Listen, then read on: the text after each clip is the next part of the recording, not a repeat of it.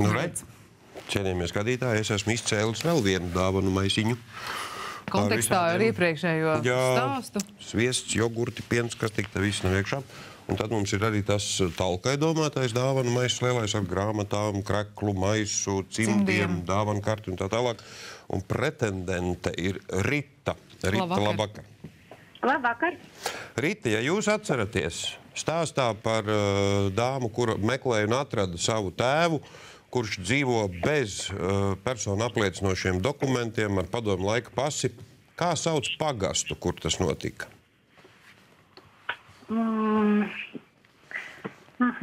Bija tāds visai dīvains nosaukums. Sākas ar A burtu.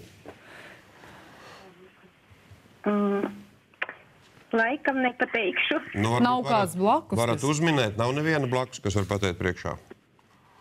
Otrs burts ir M, am. Nu, neatceraties, ja? Neatceros, viņi ka kaut kur uz Latgales pusi droši vien. Bet to nosaukumu neatceraties, ja? Jā, nu mums vajag to nosaukumu. Labi, Rita, paskatāmies pareizo atbildi. 20 gadu laikā mazajā Ambeļu pagastā. Ambeļu pagasts. Godīgi sakot, es arī nezināju par tādu eksistenci līdz šim. Rita, paldies liels par piedalīšanos, bet šoreiz gan balvas